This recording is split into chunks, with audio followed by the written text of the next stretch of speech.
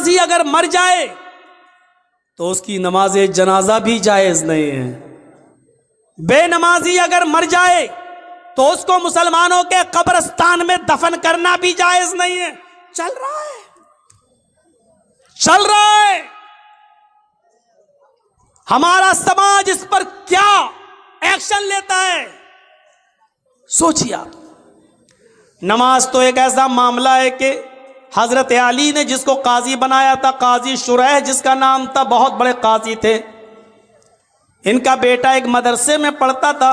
एक बार ये नाई की दुकान पर गया, नाई बार्बर हज्जाम बाल बनवाने लगा। इसी बीच असर की अजान हो गई। जब बाल बनवा के आया तो जमात हो चुकी थी। सलाम फेर दिया, अस्सलाम वालेकुम रहमतुल्लाह। ये जल्दी से आया, वज़ू बनाया और वज़ू बनाने के बाद इसने अकेले नमाज पढ़ ली। लेकिन मदरसे के टीचरों ने देखा कि इसने जमात के साथ नमाज नहीं पढ़ी,